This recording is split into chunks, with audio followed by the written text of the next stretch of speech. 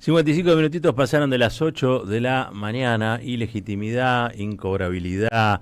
¿Qué es lo que se votó ayer? Efectivamente, hablando de economía, digamos, no tanto la faceta política, que evidentemente la tiene, sino hablando de economía. ¿Qué se votó? ¿Qué puede pasar con la economía del país en los próximos meses? Está en línea el economista Santiago Fraschina para darnos su opinión sobre esto que se ha votado, o por lo menos lo que ha trascendido, ¿no? Al fin de cuentas, de lo que se ha votado. Santiago, ¿cómo te va? Roberto Caballero te saluda aquí desde la 530. ¿Cómo estás? ¿Cómo te va, Roberto? Un gusto de vuelta a salir en tu programa. Un abrazo grande. Abrazo grande, Santiago. ¿Qué tenemos que esperar después de esta votación? No, bueno, primero algo, la coyuntura y después lo más de mediano y largo plazo. La coyuntura, está claro, el intento del gobierno es pasar las elecciones tratando de que el tipo de cambio, los dólares financieros y el tipo de cambio oficial, mantenerlos lo más estable posible, porque ellos saben que si se le escapa a los dólares financieros y empieza a generarse una expectativa de evaluación, se le escapa la inflación, que es el caballito de batalla del gobierno, que viene insistiendo desde el año pasado que es su fórmula de éxito, ir perforando los niveles de inflación. Y ellos también saben que si el tipo de cambio se les va, inclusive los dólares financieros, porque con que se le vayan los dólares financieros empiezan a generar expectativa de evaluación.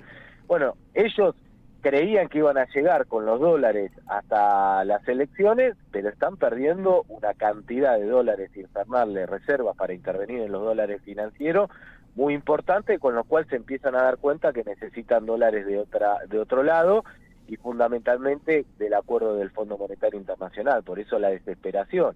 Obviamente después hay que ver, como decías vos, la letra chica, en el sentido de que, bueno, si nos dan dólares, ¿con qué condiciones? Porque como todos sabemos, el artículo 4 del Fondo Monetario Internacional se llama condicionalidades, ellos te prestan plata a cambio de condiciones. Bueno, ¿cuáles van a ser las condiciones del Fondo Monetario Internacional? Me parece que lo que se está discutiendo es la nueva política monetaria y cambiaria del gobierno. Uh-huh. Yo creo que lo que quiere el gobierno, lo que debe estar negociando el gobierno con el Fondo Monetario Internacional es tiempo, es decir, si tengo que devaluar o tengo que ir a otro tipo a otra política cambiaria monetaria, que sea después de las elecciones. Y me parece que el Fondo Monetario Internacional está tratando de ver de que no le quiere dar los dólares para que ellos lo despilfarren interviniendo en los dólares financieros y que después pierdan todo, como hizo Caputo en su momento cuando era ministro de Economía de Macri, que perdió 15.000 millones de dólares en tres meses.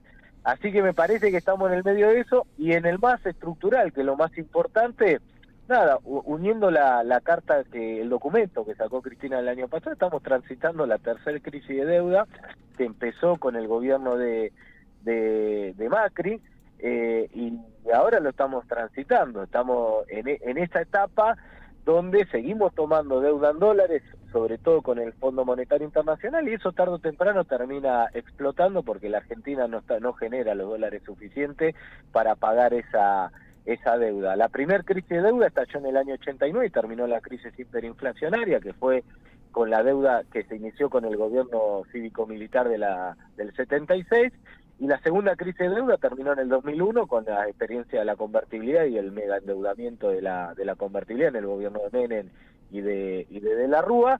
Las dos crisis de deudas anteriores estallaron en las dos peores crisis de nuestra historia. Bueno, estamos transitando esa crisis de deuda.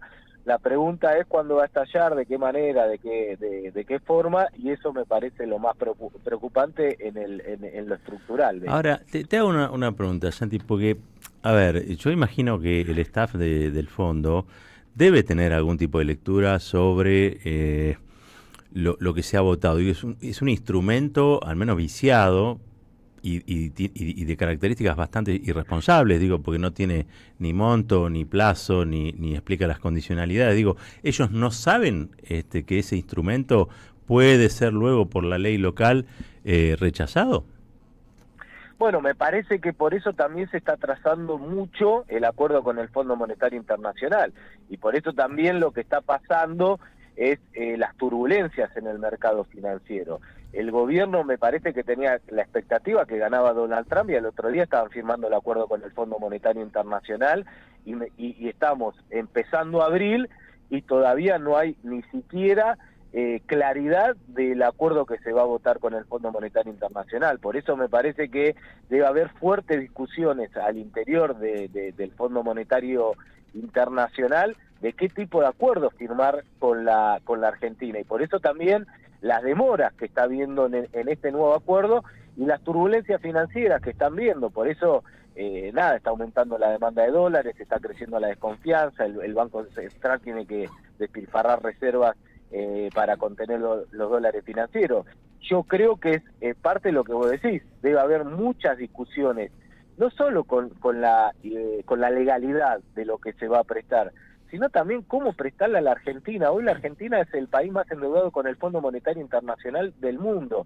El 36% de toda la deuda que el FMI tiene con el mundo lo tiene la Argentina, con lo cual para los de carrera técnica del Fondo Monetario Internacional debe ser trágico tener que firmar de vuelta un nuevo endeudamiento bajándole plata fresca a la Argentina, porque estamos demostrando que no le podemos pagar. Ya Claro. se firmó el acuerdo de Guzmán, se tiene que volver a firmar otro acuerdo. Entonces, para toda la línea técnica del Fondo Monetario Internacional debe ser muy trágico tener que volver a firmar que le prestan plata fresca a la Argentina, siendo ya el país más endeudado con el Fondo Monetario Internacional. Claro. Santiago, ¿cómo te va? Marcos Citadini te saluda, ¿cómo va?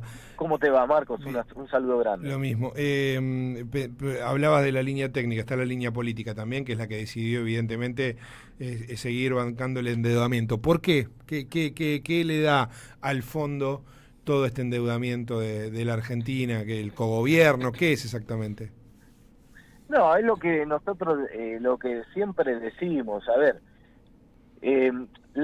ahora el 24 de marzo se cumple, recordatorio del Día de la Memoria, Verdad y Justicia, del año con el golpe cívico-militar del 76, donde a partir del megaendeudamiento y de las políticas económicas que empezó a hacer la dictadura militar, ya en la década del 80, el Fondo Monetario Internacional, gracias al gobierno cívico-militar y la política Martínez Dios, empezó a tener una fuerte injerencia en la economía argentina. Eso se traduce en que la Argentina, con el endeudamiento externo, tuvo que recurrir en el gobierno de Alfonsín al Fondo Monetario Internacional. ¿Y qué empezó a pasar a partir de la década del 80 con el FMI metido en la Argentina? Bueno, empezaron las reformas estructurales, terminamos en las privatizaciones, en la desregulación de la economía nacional, en la apertura comercial indiscriminada, terminamos en la flexibilización laboral. Es decir, el objetivo final del Fondo Monetario Internacional termina siendo lobista y representante de los países centrales, que son en definitiva los que terminan poniendo plata en el Fondo Monetario Internacional. ¿Y qué significa eso? Bueno, representar los intereses de las multinacionales y de los países centrales para imponer esas condiciones en los países periféricos. Ese es el rol hoy y hace rato del Fondo Monetario Internacional, con lo cual, cuanto más endeudada está la economía argentina con el Fondo Monetario Internacional, mayor es la capacidad de fijarnos condicionalidades a la Argentina y poder fijar condiciones favorables para las empresas multinacionales y los países centrales. Ese es el objetivo definitivo. Entonces, prestarnos plata termina siendo una excusa para terminar fijándonos, por ejemplo, en la década 90, el consenso de Washington, que terminó con la economía nacional transnacionalizada, con las empresas públicas más importantes como YPF y Aerolíneas Argentinas vendidas a las empresas de los países centrales. Eso es lo que quiere el Fondo Monetario Internacional y por eso le conviene tener a nuestras economías endeudadas. Obviamente con un cierto límite, no prestándonos a cualquier condición y cualquier monto, pero cuanto más endeudado, mucho mejor para el FMI, para justamente poder linear la política nacional. La última, Santi, tiene que ver con algunos anuncios que he escuchado, algunas declaraciones que he escuchado, incluso de Melconian, quiero decir. El cepo, ¿habrá una plata suficiente como para que se abra el cepo? ¿Se abrirá todo el cepo o se abrirá solamente el cepo para la fuga si eventualmente llegan fondos frescos? Bueno, por eso, para mí también la discusión con el FMI es ese. el Fondo Monetario, la gran pregunta es, ¿el Fondo Monetario Internacional quiere que liberalicen el cepo? Y ahí me parece que yo no lo tengo claro, me parece que no. ¿Por qué? Porque liberalizar el cepo y que ellos nos den los dólares para liberalizar el cepo es lo mismo que se hizo en el gobierno de Macri, que los dólares del Fondo Monetario Internacional en 3 meses se lo termina llevando todo. Entonces, me parece que también en el marco de la discusión con el Fondo Monetario Internacional está la discusión del cepo.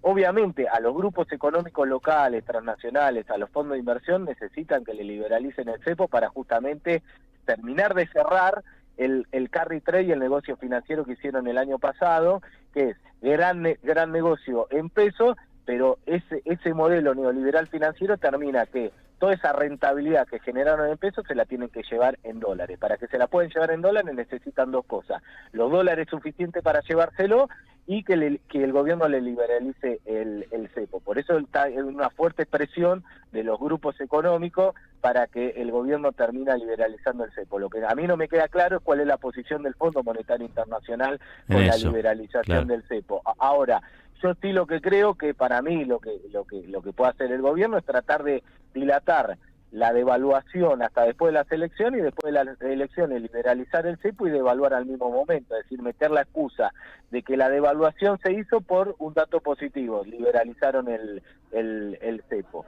Me parece que esa podría ser una salida para el gobierno, pero después, tarde o temprano, la liberalización del cepo, como pasó en el gobierno de Macri. Macri empezó el gobierno liberalizando el cepo, terminó el gobierno poniendo el cepo. Un doble cepo.